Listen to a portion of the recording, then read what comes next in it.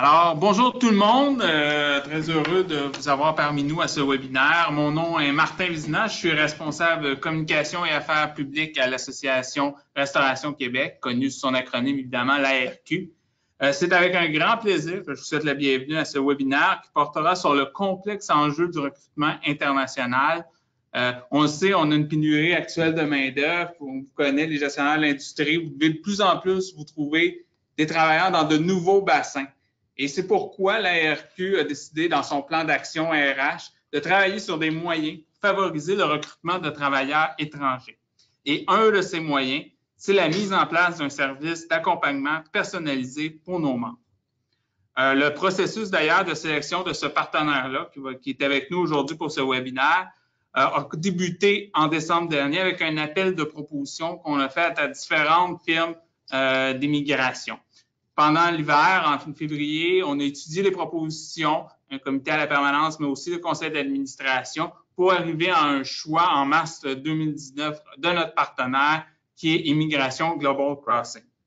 Vous avez sûrement vu d'ailleurs ce lancement de nouveaux services d'accompagnement en recrutement international, puisque dans cette invitation-là, on trouvait le lien d'inscription pour ce webinaire.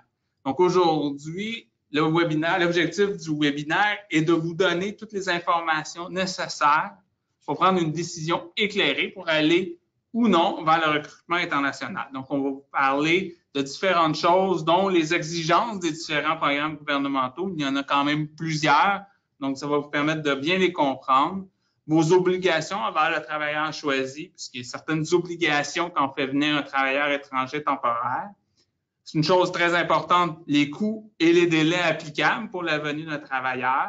Et finalement, vous allez avoir une bonne description du service offert par notre partenaire Immigration Global Crossing. Excusez-moi.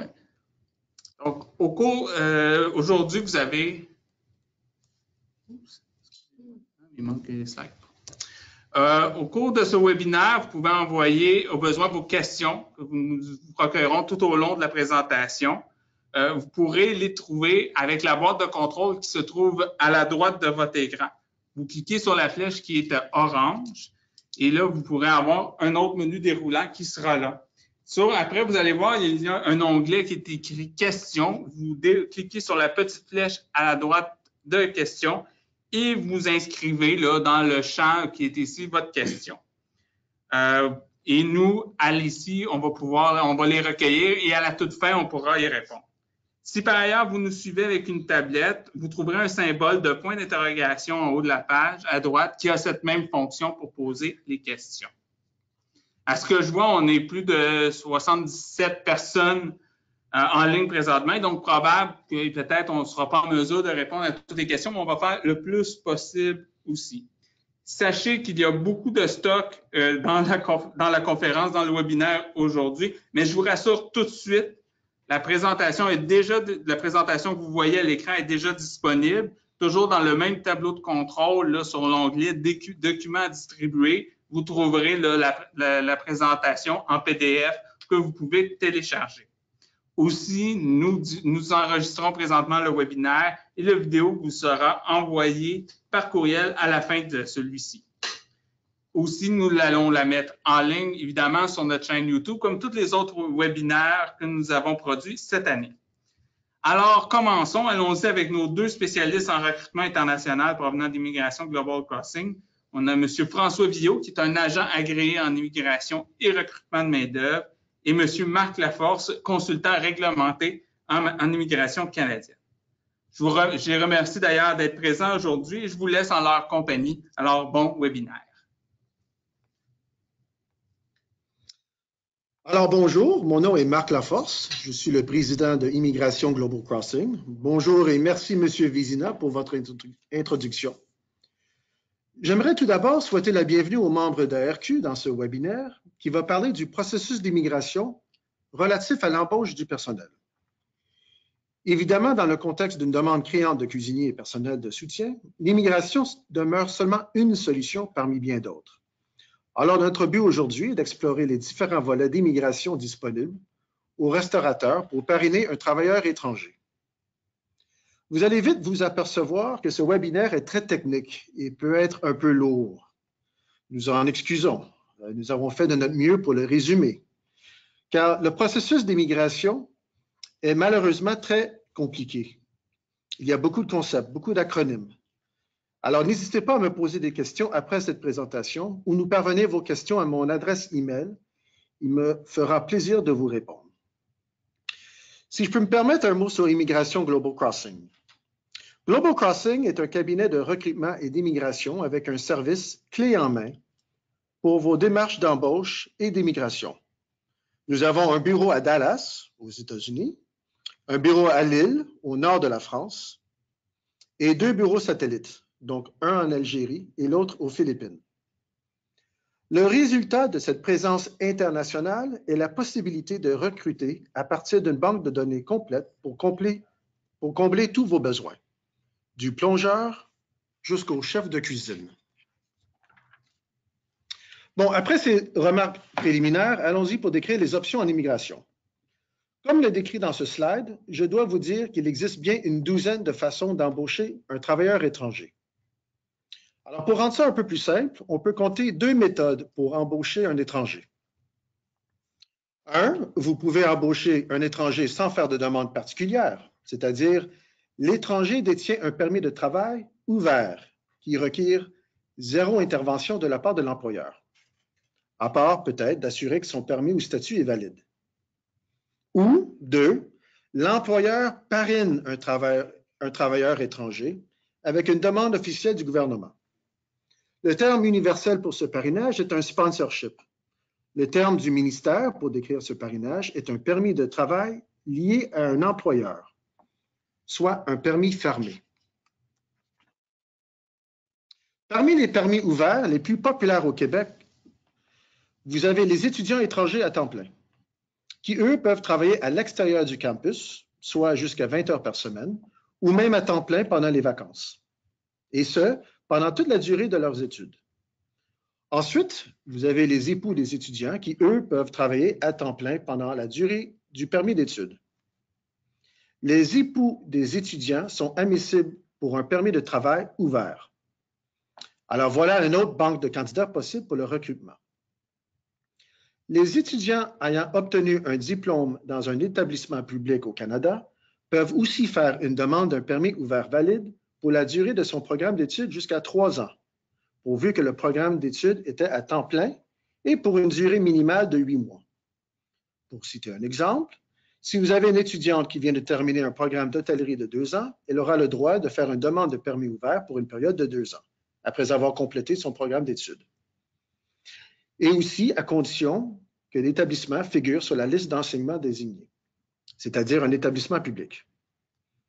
Vous avez d'autres catégories de permis de travail ouverts, par exemple les époux d'un travailleur qualifié, les demandeurs d'asile, une fois que leur demande est désignée recevable, et les titulaires de permis de vacances-travail dans le programme Expérience internationale Canada, que nous allons décrire un peu plus tard. Tout ce qui retrouve en rouge, ici, dénote un permis ouvert.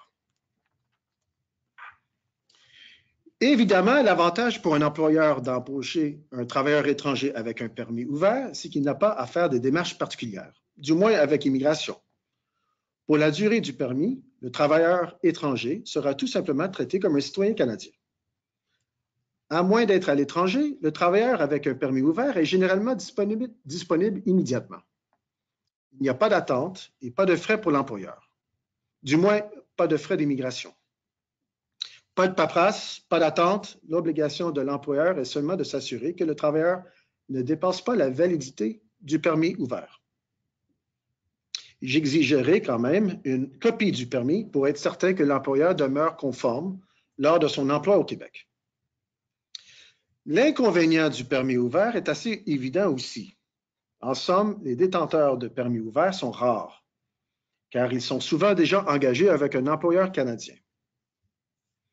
Autre inconvénient du point de vue de l'employeur, en vue de sa flexibilité, les permis ouverts sont très mobiles et les travailleurs avec un permis ouvert sont aptes à basculer d'un employeur à l'autre. Ceci est particulièrement le cas pour les détenteurs de vacances-travail, que nous allons discuter d'ici peu.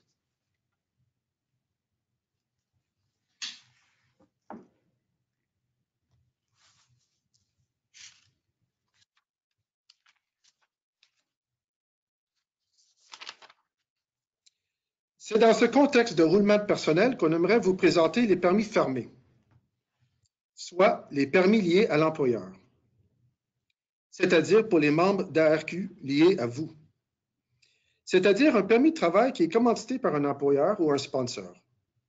Dans le cas d'un permis fermé, c'est le restaurateur qui fait une demande auprès de l'Immigration pour un permis de travail.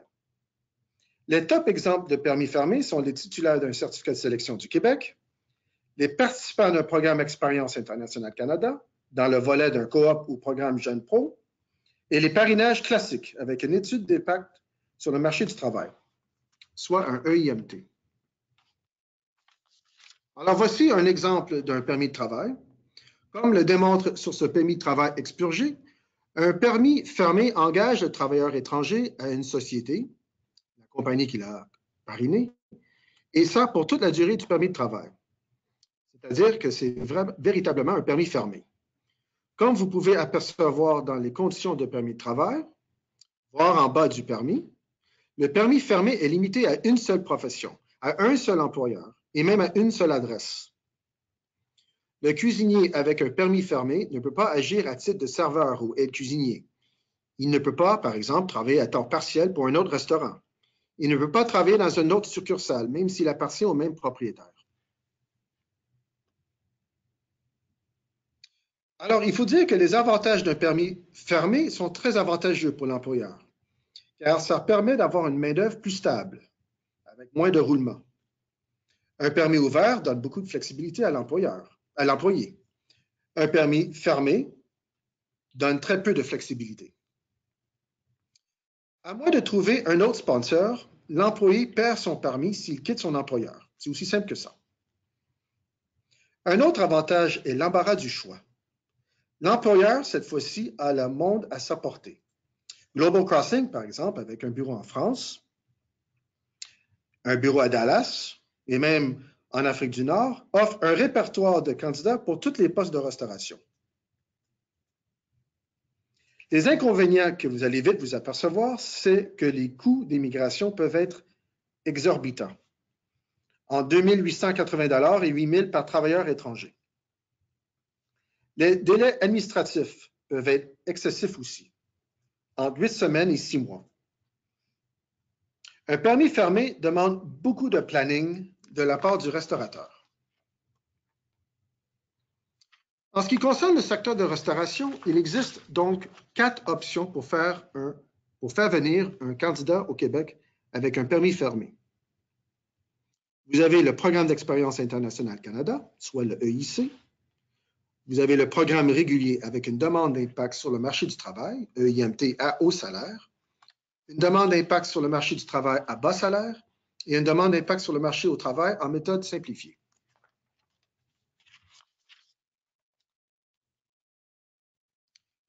Alors, commençons par le plus simple des permis fermés, le programme Expérience Internationale Canada.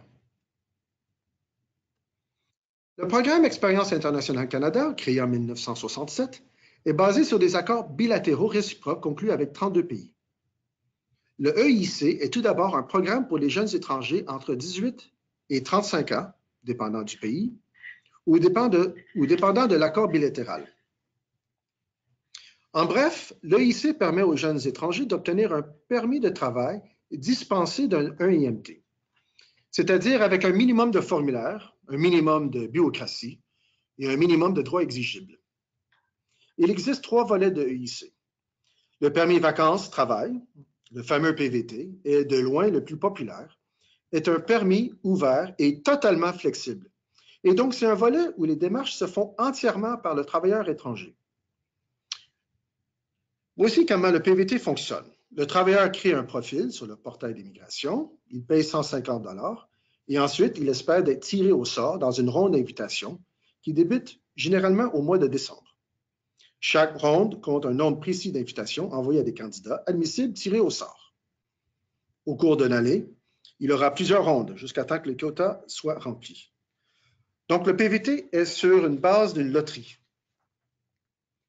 En 2018, par exemple, le quota initial était de 6 550 places pour les Français. Et dans l'espace de 5 minutes, le quota a été atteint.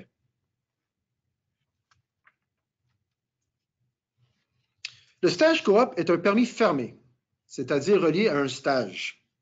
Le permis stage coop vise les étudiants inscrits dans un établissement d'enseignement postsecondaire dans leur pays d'origine qui souhaitent poursuivre une partie de leur programme d'études au Canada dans le cadre d'une entente préétablie de placement professionnel dans leur domaine d'études.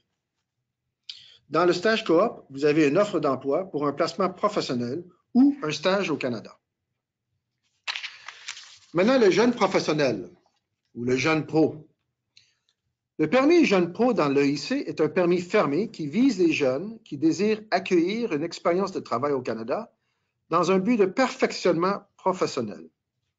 Ces demandeurs doivent déjà avoir une offre d'emploi d'un employeur canadien.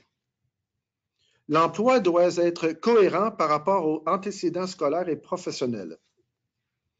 On ne peut pas choisir n'importe quel domaine. Ça doit être dans la même lignée de ce qu'on a fait auparavant.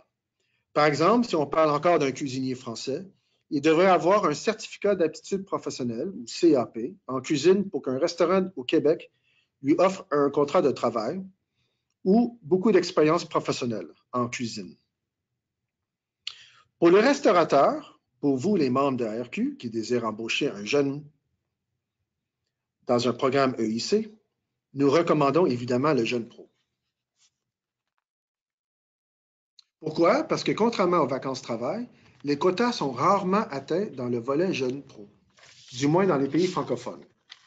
Donc, il n'y a pas de loterie. Par exemple, si vous consultez le bassin EIC en jeunes professionnels pour la France, vous apercevrez qu'il reste encore 760 places disponibles. Et la probabilité de recevoir une invitation pour la prochaine ronde est excellente, en date du 18 avril, il y a à peine une semaine. Mais tout cela à condition d'avoir une offre d'emploi du restaurateur. Dans ce prochain tableau, vous apercevrez que la France occupe une grande partie du programme EIC Jeunes Pro. Donc, sans compter l'Australie, qui n'a pas de quota, la France représente à peu près 57% du bassin jeunes professionnels. De même, vous voyez que la Belgique, malheureusement, ne participe pas au programme Jeunes Pro. Une mauvaise nouvelle pour les employeurs du Québec qui cherchent des candidats francophones. Voyons voir les critères d'admissibilité dans le programme EIC et le programme Jeunes Pro en particulier. Dans le cas du programme Jeunes Pro, le candidat doit avoir une offre d'emploi signée par vous, le restaurateur. L'offre d'emploi doit être dans le domaine d'expertise du travailleur étranger, soit en formation scolaire ou en expérience de travail. Très important. Il faut aussi rappeler que l'employeur doit soumettre les modalités du contrat à Immigration Canada. Alors ici, l'employeur s'engage à un taux horaire. Le candidat doit être un citoyen ayant conclu un accord EIC. Présentement, 23 pays, si vous référez au tableau. Il doit être âgé de 18 à 30 ans en moyenne, dépendant de l'accord bilatéral. La France, l'Allemagne, la Suisse vont jusqu'à 35 ans, qui est le maximum dans le EIC, alors que l'Angleterre et d'autres vont jusqu'à l'âge de 30 ans. Donc, c'est véritablement un programme de jeunesse. Il peut aussi avoir une obligation de résidence. Par exemple, les Espagnols doivent résider en Espagne pour faire une demande EIC, alors que les citoyens français et suisses peuvent faire une demande de n'importe où dans le monde. Il peut aussi avoir une durée maximale, généralement 24 mois. Heureusement pour nous, les citoyens français peuvent avoir un permis EIC pour 24 mois. Les Espagnols et les Allemands, par exemple, sont limités à 12 mois. Les Suisses, 18 mois. Le candidat aussi, et ça c'est important, doit avoir au moins 2 500 $ dans son compte de banque ou dans ses comptes de banque, ce qui n'est pas évident pour beaucoup de jeunes. Le candidat doit souscrire à une assurance maladie et de repatriement pour la durée du séjour. Il devra donc fournir une preuve de son assurance à la porte d'entrée en arrivant au Canada. Alors attention ici, si l'agent frontalier aperçoit qu'un Français a une assurance maladie de voyage pour seulement 12 mois, parce qu'il voulait faire des économies, alors le candidat aura seulement un permis de 12 mois, même si l'employeur lui offre un contrat de 2 ans. Alors je vous préviens, les assurances sont chères. C'est environ 1 000 $ par année. Et ceci doit être payé généralement par le candidat. Le candidat doit aussi avoir un aller-retour ou une preuve que le candidat a les fonds pour payer un aller-retour de son pays. Et pour mettre la cerise sur le gâteau, le candidat ne peut pas joindre son époux ou épouse et son enfant à charge dans le programme EIC. En clair, le programme EIC est vraiment désigné pour les jeunes célibataires. Alors, vous pouvez maintenant apprécier les lacunes du programme EIC Jeunes Pro. En plus de décrocher un contrat avec un employeur canadien, le candidat s'engage à un seul employeur. Il doit investir grosso modo 2 000 $ d'assurance, un billet d'avion aller-retour, et il doit avoir 2 500 $ en liquidité. Ceci n'est pas évident pour un jeune. Alors ne soyez pas surpris s'il vous demande une petite ou une grosse avance dans son aventure. La plus grosse faiblesse du jeune pro et dans le programme EIC en général est l'impossibilité de joindre un époux ou enfant en charge dans la demande. Mais ceci n'empêche pas une épouse, par exemple, de faire sa propre demande EIC Jeune Pro ou de se présenter à un point d'entrée comme visiteur et faire une demande de permis ouvert sur place une fois que son mari, par exemple, obtient son permis de travail EIC. Et oui, c'est compliqué. Si vous vous rappelez dans notre discussion de permis ouvert, l'époux d'un détenteur d'un permis de travail lié à un employeur est admissible pour un permis de travail ouvert pour la durée de son programme de permis fermé. Par exemple, si le candidat jeune pro a un contrat de cuisinier, sa femme pourrait faire une demande d'un permis ouvert directement à l'arrivée au Canada, et ce, pour la durée du permis de travail de son mari. On va parler des coûts et des délais dans le EIC et dans le EIC Jeune Pro. Pour les restaurateurs qui s'intéressent au programme Jeune Pro, voici les coûts et les délais de traitement EIC Jeune Professionnel. L'employeur paye seulement 230 $. Au niveau de la loi, c'est son seul engagement. Le candidat paye le reste, c'est-à-dire les frais de participation à EIC qui est à 150 $, un AVE qui est une autorisation de voyage électronique pour ceux qui sont exemptés d'un visa, et n'oubliez pas les biométries à 85 $.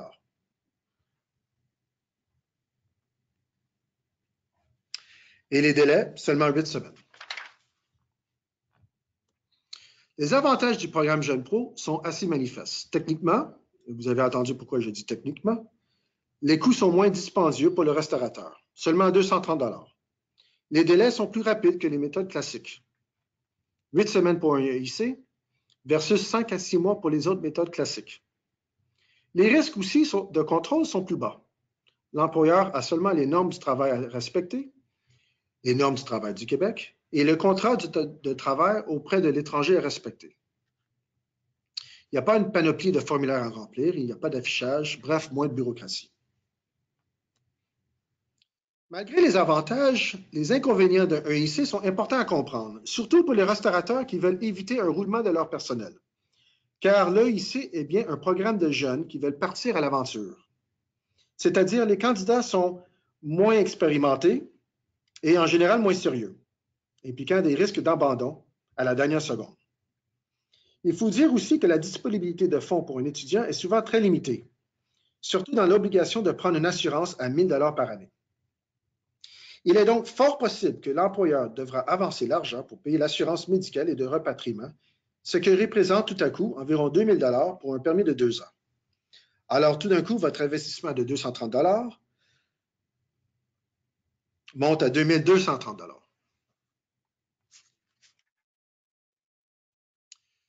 Les options en immigration. La méthode classique. C'est maintenant le temps de décrire les méthodes traditionnelles avec une demande d'impact sur le marché du travail, soi-disant le EIMT. Nous avons 3 volets de EIMT.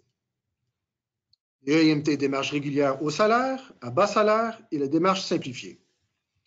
Dans les 3 volets, il s'agit de faire une demande de sélection temporaire auprès d'Immigration Québec, le ministère d'Immigration, Diversité et Inclusion, le MIDI, anciennement une demande CAQ, et, en même temps, faire une demande à Emploi et Développement social Canada, ou Service Canada.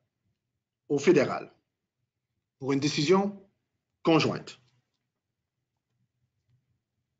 Alors, pour les restaurateurs qui s'intéressent à l'EIMT, nous avons décrit les démarches à suivre auprès de Midi et Service Canada. 1. Envoyer une demande EIMT à Service Canada à Montréal, boulevard Maisonneuve-Est. Une demande de 18 pages et environ 40 pages de documents justificatifs. 2. Envoyer une demande de sélection temporaire au Midi, avec une photocopie intégrale de votre demande EIMT à Montréal, rue Notre-Dame-Ouest. Et 3 à 6 mois plus tard, une fois que l'employeur aura reçu une décision favorable, envoyer une copie de la décision au travailleur étranger pour appuyer sa demande de permis de travail à l'ambassade ou en ligne ou au point d'entrée, dépendant de sa nationalité. Si l'employé est français, par exemple, il peut faire sa demande de permis de travail directement à l'aéroport Trudeau avec un EIMT en main. S'il a besoin d'un visa, par exemple un Marocain, il devra faire une demande de permis de travail en ligne ou à l'ambassade. Alors, voici le fameux EIMT. Avez-vous remarqué en haut de la page que vous avez les deux logos du gouvernement? Emploi et Développement social Canada, le fédéral, et Midi Québec. C'est donc une décision conjointe. Je peux vous dire que peu importe le nombre de EIMT que notre boutique prépare, c'est une véritable fête quand on le reçoit, car ça représente énormément de travail et un délai de 4 à 6 mois. La classification nationale des professions. Tout d'abord, avant de décrire les volets d'immigration, je tenais à dire quelques mots sur un concept important pour parrainer un candidat international. Chaque poste au Canada a une classification et un code de 4 chiffres pour décrire un poste et la formation requise pour le travail, qu'on appelle la CNP, la Classification nationale des professions. Qu'on parle d'un plongeur, d'un aide de cuisine ou d'un cuisinier, et jusqu'au chef de cuisine, la CNP déterminera le salaire en vigueur dans la région du Québec pour l'expérience demandée. C'est une donnée primordiale pour obtenir un EIMT favorable. C'est-à-dire, il faut bien connaître son CNP pour connaître le salaire que vous devez offrir pour que votre EIMT soit accepté pour le travailleur étranger.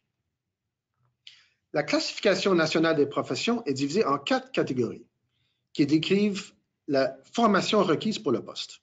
Classification 0 pour les postes de gestion, qui demandent généralement un diplôme collégial avec plusieurs années d'expérience, comme par exemple une gérante de restauration, le CNP 0631.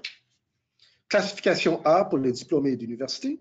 Classification B pour les emplois techniques, qui demandent généralement un diplôme collégial, par exemple un cuisinier, CNP 6322. Classification C pour les diplômés de secondaire ou diplômés secondaires partiels avec 2 ans de formation en cours d'emploi, comme par exemple une barmaid, CNP 6512.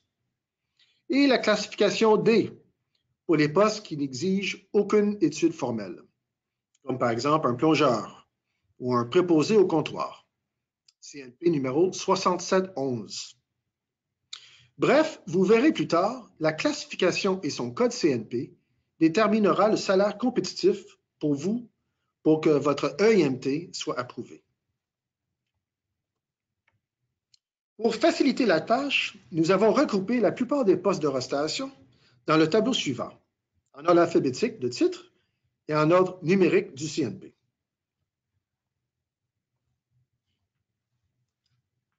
Alors maintenant, pour revenir au volet de EIMT.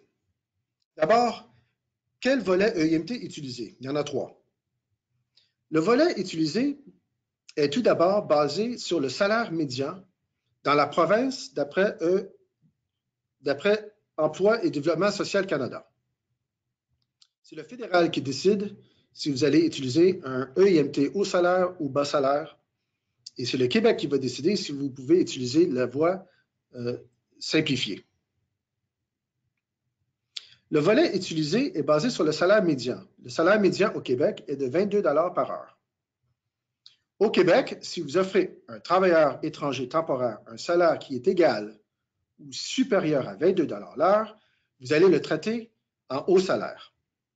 Sauf pour, et j'ai oublié de mettre ceci dans mon acétate, vous verrez plus tard, les postes les plus en demande au Québec, comme par exemple les cuisiniers, qui, eux, seront traités en simplifié. Donc, dans une demande EIMT au salaire, et ce, même si le salaire est inférieur à 22 $, un cuisinier sera traité en EIMT au salaire. Donc, si votre cuisinier est payé 15 $ par heure, il sera traité en haut salaire car il est sur la fameuse liste des professions en demande. J'expliquerai plus tard cette liste de professions.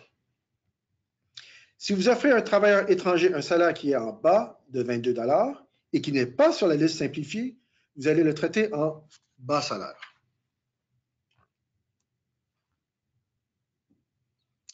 On va expliquer un peu les conditions à l'employeur pour citer les principaux critères.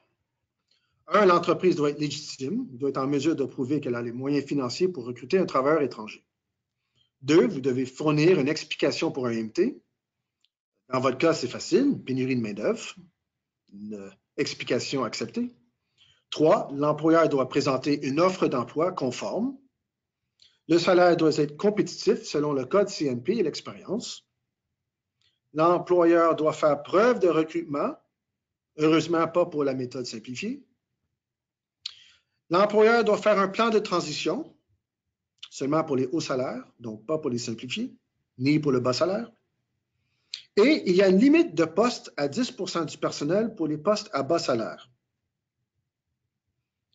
ce qui implique rarement les restaurateurs.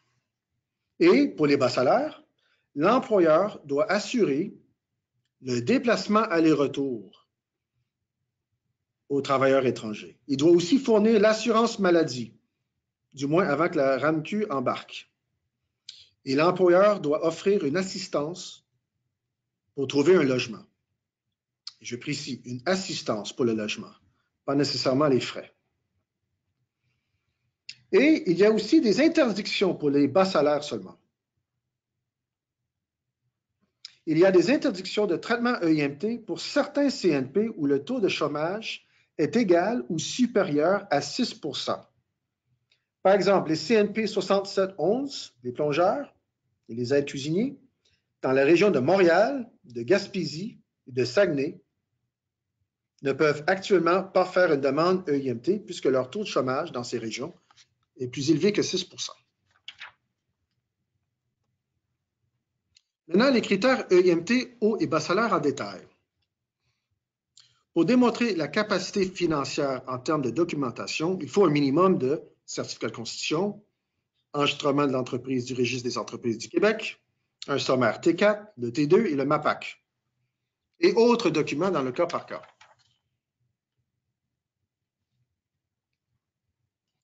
Comme j'ai mentionné plus haut, les postes les plus en demande à travers les régions du Québec sont traités en haut salaire, même si le salaire horaire est en bas du médian, comme par exemple le cuisinier à 15 $ de l'heure rentre dans le haut salaire, même si le salaire médian est de 22 $ par heure.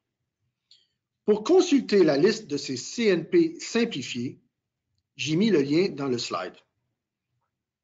Nous avons aussi regroupé les CNP de restauration qui sont admissibles dans le traitement simplifié. Donc, vous allez voir que les directeurs de la restauration, apprentis cuisiniers, les chefs, les cuisiniers et les superviseurs de restauration rapide sont tous dans la méthode simplifiée. Donc, ils vont dans le EIMT au salaire. Donc, les avantages d'un simplifié versus un traitement au salaire régulier est une dispense de plan de transition et surtout une dispense d'efforts de recrutement. Donc, pas d'affichage pour la méthode simplifiée. Une condition primordiale dans le simplifié est que le travailleur doit impérativement avoir un diplôme d'études secondaires ou son équivalence dans l'international, ainsi que le diplôme habituellement exigé pour le code de la CNP attribué. Donc, si vous embauchez un cuisinier français, vous le mettez en simplifié à condition qu'il a son secondaire et son CAP.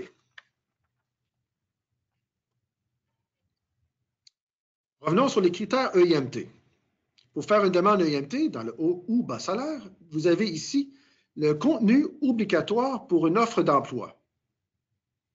Si vous oubliez une de ces obligations, comme par exemple le lieu de l'emploi ou les descriptions de tâches, votre EIMT sera refusé. Je vous laisse lire les notes, mais j'apporte à votre attention les critères du bas salaire, c'est-à-dire l'obligation de l'employeur de fournir un billet aller-retour, l'assistance pour trouver un logement et la fourniture d'une couverture d'assurance maladie pour un minimum de 6 mois. J'ai une bonne nouvelle ici en ce qui concerne l'offre d'emploi. Les fonctionnaires du Midi sont aimables. Ils nous fournissent un modèle d'offre d'emploi conforme directement sur leur site, que je reproduis ici. Le modèle n'est certes pas une obligation, c'est juste un modèle.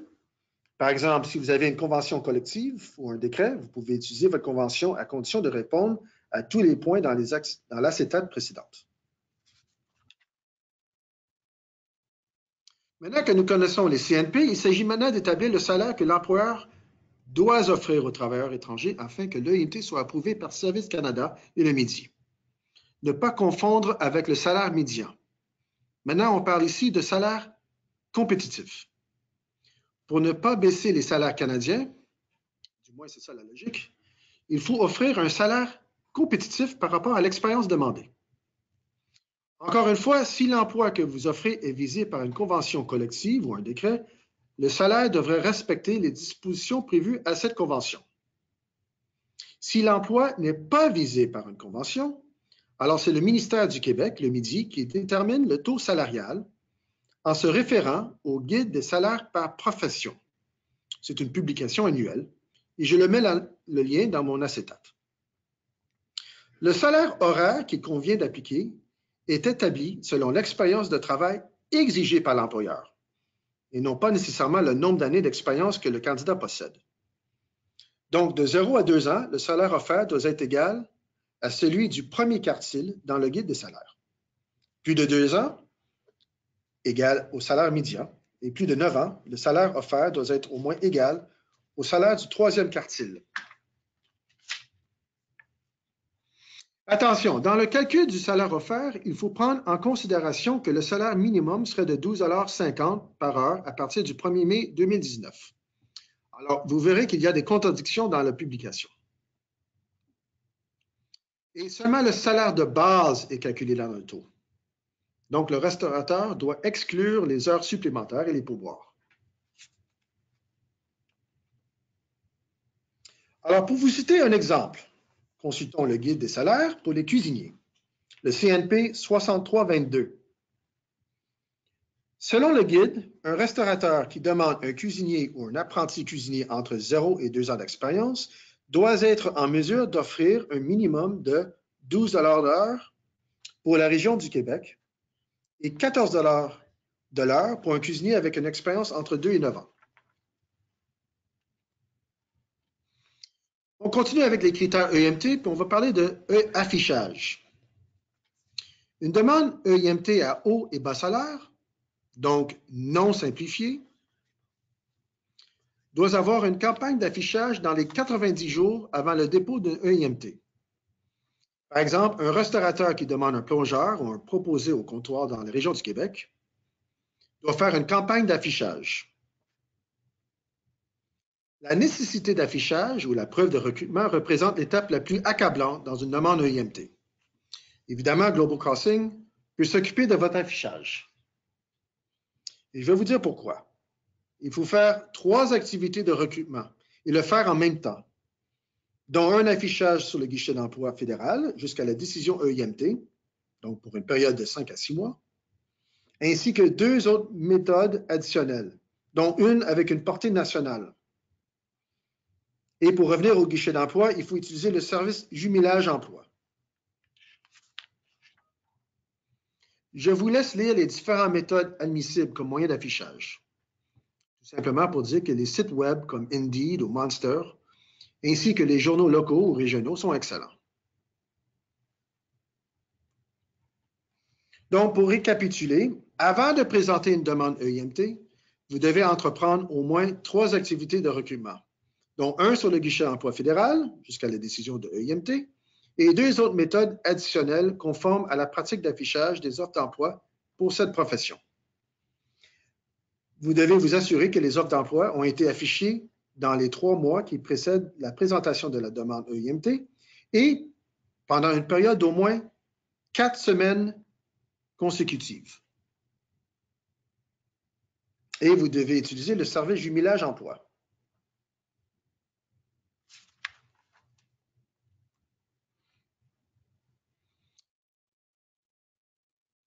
Et finalement, pour les hauts salaires, il faut faire un plan de transition qui décrit les activités que le restaurateur s'engage pour former les Canadiens ou réduire votre dépendance au programme de travailleurs étrangers.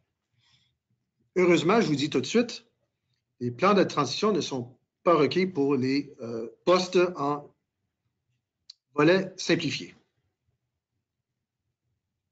Et heureusement, offrir un emploi permanent à un travailleur étranger pour appuyer dans ses démarches de résidence permanente serait conforme au plan de transition. Alors voici, ceci représente le programme EIMT. Regardons maintenant les coûts et les délais, c'est-à-dire les coûts pour les EIMT. Comme vous pouvez constater dans ce tableau, il existe une énorme différence entre les coûts et les délais entre un EIC et les différents programmes EIMT.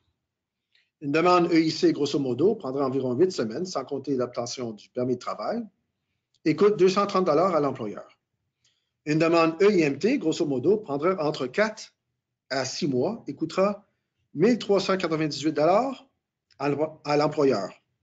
On parle ici, bien évidemment, seulement les droits exigibles pour les services des ministères. M. Viau parlera d'ici peu tous les coûts de l'employeur, incluant nos services Global Crossing. Finalement, il faut aussi rappeler que ceci ne comprend pas les délais pour l'obtention d'un visa ou les biométries auprès de l'ambassade. Ceci n'est pas pour vous faire peur, mais ça va vous donner le trac quand même. Ceci applique autant pour les employeurs qui font une démarche EIMC que le EIC en jeunes professionnels. Je vais vous citer quelques avertissements. Très important, respectez bien vos engagements pris lors d'un EIMT ou lorsque vous enregistrez votre offre d'emploi dans le programme EIC Jeunes Pro, car les vérifications auprès de l'employeur sont élevées. Si vous déclarez, par exemple, dans votre demande EIMT ou Jeunes Pro 14 $ l'heure pour 40 heures par semaine pour votre cuisinier et vous ne l'avez pas fait, vous risquez des sanctions. Le gouvernement peut demander vos fiches de paie jusqu'à 6 ans après l'arrivée de votre employé. Même chose pour les tâches. Si vous avez déclaré dans votre EIMT des tâches d'un plongeur et entre-temps vous avez donné une promotion comme apprenti cuisinier, vous risquez des sanctions puisqu'il n'a pas été déclaré dans le EIMT. Et pour votre plaisir, nous avons pris la peine de mettre le lien de la fameuse blacklist des employeurs ayant subi des pénalités ou des sanctions. Ceci est une information publique qui est sur le site de Service Canada. Pour conclure notre discussion de visa temporaire et de permis de travail, il faudrait bien parler de stratégie d'immigration à long terme. Que ce soit un employé EIC Jeune Pro ou EIMT à bas salaire ou haut salaire simplifié, la première chose qu'on vous supplie de faire comme employeur, c'est d'exiger que votre employé modèle planifie sa résidence permanente à partir du jour 1 au Canada. Car une fois qu'il sera résident permanent, vous n'aurez plus à faire des démarches EIC ou EIMT. Probablement l'un des meilleurs programmes de résidence permanente au Canada est le programme de l'expérience québécoise, ou le PEC. À condition que votre employé maîtrise le français, soit avec un test ou un relevé de notes secondaire pas secondaire, effectué entièrement en français, l'employé peut faire une demande de certificat de sélection du Québec dans le programme PEC, après avoir occupé un emploi à temps plein pendant au moins 12 des 24 mois précédant la présentation de la demande. Et contrairement à l'EIMT, un CSQ PEC est livré en seulement 20 jours. Et oui, vous avez bien entendu. En 20 jours, le candidat aura son PEC. Une fois que votre employé détient un CSQ-PEC, il peut faire deux choses. Avec un CSQ-PEC en main, en 20 jours, l'employé, à condition d'être toujours employé avec un permis de travail valide, peut faire une demande de résidence permanente auprès du gouvernement fédéral, qui prendra 15 mois. Et, en attendant les 15 mois, encore avec un CSQ-PEC en main, il peut prolonger son permis de travail fermé, c'est-à-dire avec vous, l'employeur, indéfiniment, jusqu'à l'émission de sa résidence permanente. Donc, votre investissement important dans l'EIMT devient de plus en plus rentable grâce au PEC. Vous n'avez pas un candidat pour 2 ans, mais espérons un candidat pour la résidence permanente. Si votre candidat ne qualifie pas pour un PEC, l'employeur peut aussi faire une demande CSQ avec un emploi validé auprès du système d'ANIMA. Par contre, ceci prendra 6 mois à obtenir et ne comprend pas les CNP C et D. Donc, un plongeur du Mexique, par exemple, ne rentre pas dans ce genre de CSQ. Par contre, même chose pour le PEC, un CSQ emploi validé, une fois émis, le CSQ peut être utilisé pour prolonger son permis de travail jusqu'à l'obtention de la résidence permanente. Alors, évidemment, Global Crossing peut faire les démarches EIMT, EIC, ainsi que les démarches de CSQ et la résidence permanente pour votre employé. Donc, pour parler de Global Crossing, j'ai l'immense plaisir de vous présenter M. Villot. Il parlera de nos services, nos coûts et nos démarches dans le processus de recrutement. M. Villot a travaillé chez Services alimentaires Gordon pour plus de 17 ans et avant ça comme cuisinier et chef cuisinier pour environ 16 ans. Il a donc plus de 30 ans d'expérience dans le domaine de restauration et services alimentaires. C'est donc avec certitude que M. Villot est le partenaire idéal pour vous accompagner dans vos démarches de recrutement international. Alors, Madame, Monsieur, c'est avec grand plaisir que je présente M. Villot. Bonjour à tous, mon nom est François Villot. Nous allons maintenant continuer avec l'offre d'immigration Global Crossing.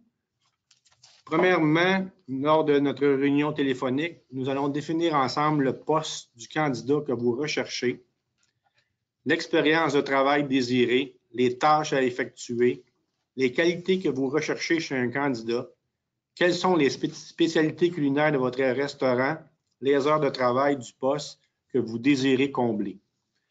Par la suite, Immigration Global Crossing va publier l'annonce du candidat que vous recherchez sur nos différentes plateformes de recherche d'employés à travers le monde. Par la suite, notre directrice des ressources humaines va évaluer et sélectionner les candidats qui reflètent le profil de candidat que vous recherchez. Nous allons ensuite vous présenter vos candidats en vous envoyant leur CV et par la suite, vous pourrez faire des entrevues avec eux via Skype. Et durant les entrevues, notre directrice des ressources humaines participe aux entrevues. Immigration Global Crossing apportera son aide aux restaurateurs et aux candidats choisis pour la négociation finale du contrat de travail en incluant toutes les clauses nécessaires pour présenter un document qui va être recevable auprès des 2 paliers de gouvernement. Nous nous occupons de prendre des références culinaires et des références judiciaires concernant votre candidat.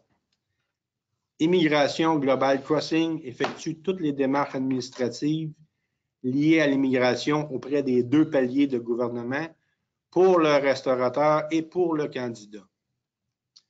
Nous offrons un tarif concurrentiel et privilégié de 2 500 $ pour les membres de l'ARQ. Veuillez noter que le paiement de nos services est requis avant le dépôt d'un dossier auprès des 2 paliers d'immigration, Canada et Québec. Attention, Immigration Global Crossing offre une garantie aux restaurateurs. Immigration Global Crossing s'engage à garantir tout placement de candidat pour une période de 30 jours à son arrivée au Canada avec son permis de travail dans les scénarios suivants. Si le permis de travail est refusé par l'ambassade ou le consulat ou le point d'entrée, exemple à l'aéroport Pierre-Éliott Trudeau, vous avez votre garantie. Si le candidat s'avère ne pas avoir les compétences requises pour faire le travail tel que mentionné dans la fiche de poste, aussi si le candidat a une incompatibilité de caractère ou un manque de respect envers ses confrères et consoeurs de travail, exemple, crier dans la cuisine, Immigration Globale vous offre sa garantie. Remarque, Global Crossing s'engage à vous émettre un crédit et non un remboursement applicable lors de l'embauche d'un prochain candidat. Veuillez noter aussi que les frais gouvernementaux encourus ne sont pas garantis, sont non remboursables. Pour récapituler tout ce que nous avons fait part depuis le début de la présentation, nous proposons un service clé en main afin de vous simplifier vos recrutements. Nos équipes d'experts nous proposent une solution unique comprenant le processus complet de recrutement ainsi que les démarches administratives d'immigration. Nous avons présentement une banque de candidats disponible pour vous, pour les membres de l'ARQ, un seul interlocuteur, Immigration Global Crossing, un contact unique pour les membres de l'ARQ, François Villot, accompagnement sur mesure, garantie de placement des candidats, réceptionniste dédié aux membres de l'ARQ, ligne 1-800 exclusive aux membres de l'ARQ, le 1-800-359-4515. Ce que vous devez savoir, tel que mentionné, on va récapituler ce que nous avons discuté depuis un heure ensemble. On va essayer d'un peu de faciliter tout parce qu'on a essayé de vous apprendre. Le premier programme, le programme EIC, jeune professionnel 18-35 ans, le délai pour qu'un candidat arrive au Québec, c'est environ 3 mois, une fois que vous avez envoyé votre demande à l'immigration. Le candidat paie son billet d'avion, paie son assurance médicale et rapatriement. Ce programme est adéquat pour les apprentis cuisiniers et pour les cuisiniers. Le coût est de 2 730 $ en comprenant les frais d'immigration globale et les frais pour le gouvernement.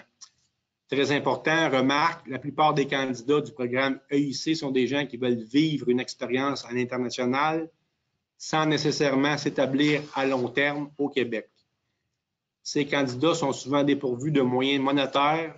Préparez-vous à les appuyer financièrement. En ce qui concerne l'assurance médicale, on parle d'environ 2 000 $. Ce n'est pas un don de 2 000, c'est un 2 000 $ que vous devez leur prêter. On parle le programme EIMT, liste simplifiée. Ça, c'est pour les gens de 36 ans et plus ou pour les candidats de 18 ans à 35 ans avec des enfants. Le délai de 5 à 6 mois, une fois que vous avez envoyé votre demande à l'immigration. Le candidat paie son billet d'avion et son assurance médicale et rapatriement. Ce programme est adéquat pour les cuisiniers, les sous-chefs et les chefs cuisiniers. Le coût de 3 898 $. Remarque, la plupart des candidats qui participent à ce programme sont des gens plus sérieux qui, pour la plupart, désirent s'établir au Québec et devenir résidents permanents. Souvent, on parle de couples, ils ont des enfants, ils veulent changer de vie, ils veulent avoir un meilleur futur pour leurs enfants. Le C, le programme EIMT bas salaire avec affichage, ouvert à tous, à partir de l'âge de 18 ans. Le délai, c'est 1 mois d'affichage de poste et ensuite 5 à 6 mois une fois que vous envoyez votre demande à l'immigration. Ce programme est adéquat pour les plongeurs, les préposés à l'entretien, les serveuses. Le coût environ 8 000 $ car vous devez tout payer.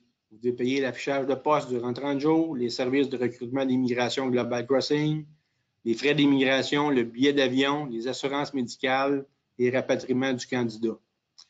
Remarque que la plupart des gens qui participent à ce programme sont des gens très sérieux qui viennent de pays en voie de développement et qui désirent s'établir au Québec et devenir résidents permanents. Alors, merci beaucoup d'avoir été à l'écoute. On va maintenant passer à la période de questions. Merci, M. Villot. On a des questions, on va les répondre le plus rapidement possible. Et je pense que si on n'a pas le temps de tout faire les questions, il peut les envoyer par email. Et M. Vizina pourra vous expliquer un peu comment on peut faire cette démarche. Alors, première question, après l'obtention d'un EIMT et de CAQ, combien de temps pour avoir le permis de travail? Ça dépend. Si le candidat est exempté d'un visa, par exemple un Français, il peut l'obtenir son permis de travail directement à l'aéroport. Donc, c'est instantané. Si le candidat a besoin d'un visa, les délais peuvent prendre de 30 à 60 jours via l'ambassade ou en ligne. Deuxième question, est-ce possible d'avoir un permis fermé pour une entreprise saisonnière? Oui, mais c'est cher, mais il n'y a pas de problème. En autant que le poste est en temps plein, donc au moins 30 heures par semaine, on peut faire une demande EIC ou un EIMT pour une saison.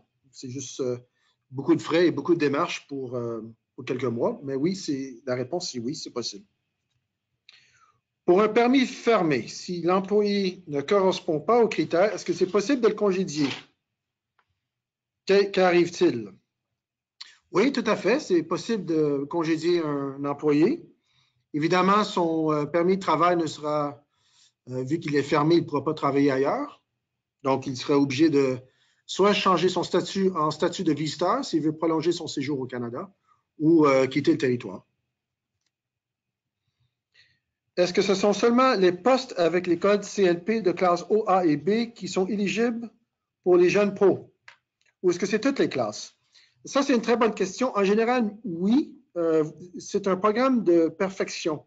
Donc, généralement, il doit avoir une formation reliée à son poste. Et les formations, en général, c'est soit O, A ou B.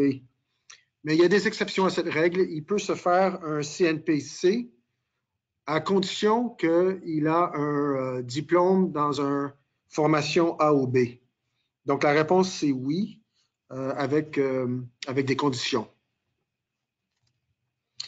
Si je vais faire venir un travailleur, combien de temps restera-t-il? Si je fais venir un travailleur, combien de temps restera-t-il? C'est-à-dire que le EIMT, une fois qu'il est émis, il est valide pour 6 mois. Donc, il n'est pas à se déplacer tout de suite au Canada. Il y a 6 mois pour se présenter à l'aéroport. Et une fois qu'il se présente, son permis de travail sera valide entre 12 et 24 mois, dépendant de l'EIMT. Donc, le compteur ne compte pas à partir de l'EIMT. Le compteur marche à partir de sa demande de permis de travail. Si j'ai un restaurant à Val-d'Or, puis-je trouver un plongeur? Oui, le taux de chômage à Val-d'Or est moins de 6 %, alors oui, il peut faire une demande EIMT à bas salaire. Aucun problème là-dessus. Par contre, s'il est à Montréal, la réponse ce serait non. Ou à Saguenay, ou dans le Lac-Saint-Jean. Comment assurez-vous qu'ils sont compétents?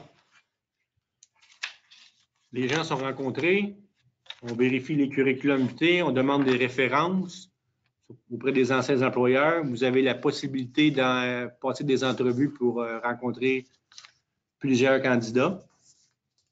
OK. Donc, évidemment, notre équipe recrutement s'occupe des compétences. Et avec une expérience de 30 ans en cuisine et en service alimentation, je crois bien que M. Viau est bien placé pour choisir le candidat. Autre question, est-ce qu'il faut leur trouver un logement?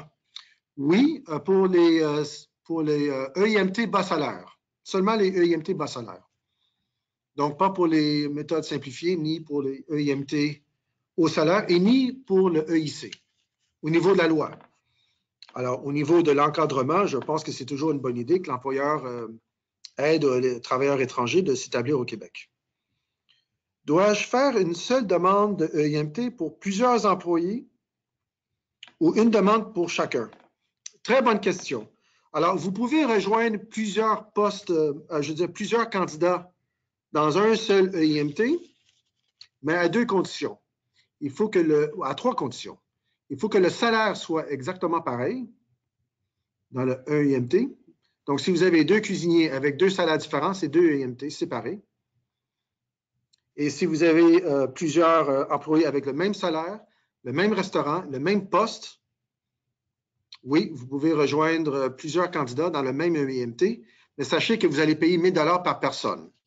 Donc, si vous avez 10 cuisiniers, dans un seul EIMT, même salaire, même poste, même lieu, oui, c'est possible et ça va vous coûter 10 000 en charge. Pourquoi une telle différence de prix entre les frais de 2 500 pour le EIMT et de 3 898 pour le EIMT versus le... Attends une minute. Pourquoi une telle différence de prix entre les frais de 2 500 et ceux pour l'IMT? Et ceux pour le IMT de 3 898 Alors, on parle ici des frais du gouvernement pour un EIMT de 1 000 en partant. Plus, vu que c'est une demande conjointe avec le Midi, avec le Québec, il y a encore un frais de 199 ou 198 Donc, c'est tout simplement une question de frais pour les charges. Alors que le EIC, l'employeur s'engage juste à payer les frais de l'employeur, qui est de 230 Alors, c'est une question des charges qui sont publiées dans les sites d'immigration. Est-il possible de se prévaloir du PEC pour un travailleur étranger à bas salaire du CNP? Oui, c'est nouveau de cette année. Alors, avant l'année passée, les PEC étaient réservés seulement à O, A et B. Bonne nouvelle, à partir de tard l'année passée, le PEC maintenant est ouvert dans tous les CNP, O, A, B, C et D. Donc, un plongeur, s'il fait un test de français, par exemple, il peut avoir un PEC en 20 jours. Aide, cuisinier, plongeur, serveur, font-ils partie des exceptions éligibles pour les jeunes pros? Ça, c'est encore la question d'auparavant. Il est possible de mettre un aide, cuisinier, plongeur. Non, attends une minute. Si je réfléchis bien, non, ce ne sera pas possible parce qu'un plongeur est dans le CNPD et on ne peut pas mettre un CNPD dans un jeune pro. Pour vous donner un exemple, à la limite, on peut mettre un CNPC, comme par exemple une barmaid, dans le jeune pro, à condition qu'elle est dans une formation A ou B. Alors, c'est un peu compliqué, cette exception. Évidemment, dans le aide cuisinier, je le mettrai dans le EIMT à bas salaire pour la réponse. À quoi ressemble votre banque de candidats actuellement? Notre banque de candidats, on a plusieurs candidats de cuisiniers avec de belles expériences. On a des chefs, des sous-chefs. Les gens qu'on a on n'a pas beaucoup, on aimerait savoir plus. On les a déjà placés. C'est des gens pour le programme EIC, des gens de 0 à 2 ans d'expérience. C'est ceux-là que pour l'instant, on a moins dans notre banque de candidats. Est-ce que l'on peut faire venir un couple? Oui, on peut faire venir un couple. Évidemment, ça, c'est toujours une situation très, très agréable. Dans le EIMT, la bonne nouvelle dans le EIMT, c'est que le requérant principal, c'est-à-dire, on va dire, c'est un exemple, un cuisinier dans un EIMT, s'il est accepté, son épouse, dans cet exemple, reçoit automatiquement un permis ouvert. Donc, la réponse est oui. Et dans le EIC, c'est un peu plus compliqué, qu'on a mentionné. Dans le programme EIC, il doit se présenter, c'est-à-dire que l'époux doit se présenter à l'aéroport et demander un permis ouvert directement à l'aéroport. Donc, la réponse est oui, c'est possible. Et on a des candidats où le couple est tous les deux dans le milieu de la restauration.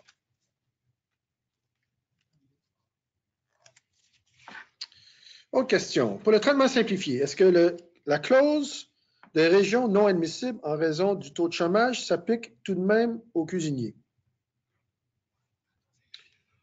Dans le simplifié, non. Non, parce que le traitement simplifié s'adresse seulement à des CNP O, A et B, donc pas dans le C et le D. Le taux de chômage s'applique seulement aux bas salaires. Donc, par exemple, les plongeurs. Est-ce difficile d'intéresser des candidats à aller en région? Ah, c'est une bonne question. Ça dépend du pays, mais généralement, les Français, dans notre expérience, ils adorent les régions. Ils adorent l'espace ouvert. D'après mon expérience, ils aiment bien la campagne. Mais c'est sûr qu'il y a d'autres... c'est sûr, on ne veut pas trop généraliser. Mais je dirais que dans mon expérience personnelle, oui, les Français s'intéressent beaucoup, beaucoup des régions. C'est un des gros attraits du Canada. Alors, je remercierais les deux conférenciers de nous avoir introduit ces sujets complexes qui étaient là. Il y a encore peut-être quelques questions qui n'ont pas été répondues, mais sachez que nous allons, comme on a fait aux autres webinaires, nous allons répondre là, aux quelques questions qui restaient à répondre. Là. Faut quand même, on a une limite de temps. On sait que vous êtes tous bien occupés, fait qu'on essaie de le faire dans un horizon de 1 heure. Donc, je veux vous rappeler en même temps que la présentation que vous avez vue présentement est disponible toujours à l'onglet, dans l'onglet documents distribués que vous pouvez télécharger. Nous allons aussi, dès demain, le mettre sur notre site web au www.restauration.org/recrutement. Sur cette page web, vous trouverez toutes les informations du webinaire ainsi qu'une présentation des services de Global Crossing.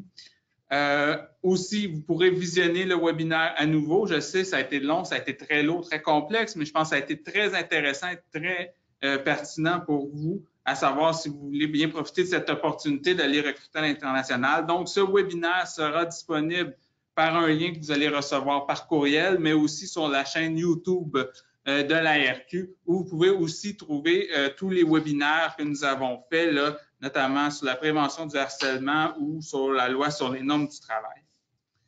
Avant de terminer aussi, je vous rappelle de bien remplir le questionnaire d'évaluation qui va apparaître à l'écran à la fin du webinaire.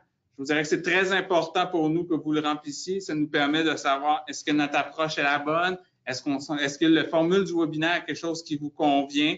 Et aussi, on vous demande s'il y a d'autres sujets que vous désirez qu'on entretienne là, dans un éventuel webinaire. Donc, je vous remercie beaucoup de votre écoute. Et je pense qu'un message important à la fin, là, c'est que sachez, vous avez vu les délais. Donc, si vous désirez faire un recrutement à l'international, le mot-clé, c'est prenez-vous d'avance. C'est sûr que peut-être pour cet été, là, on voit les délais sont assez serrés, mais si on peut prévoir peut-être pour la saison des fêtes cette année ou l'année prochaine, c'est toujours bien de se préparer d'avance. Donc, je vous remercie de votre participation et à la prochaine.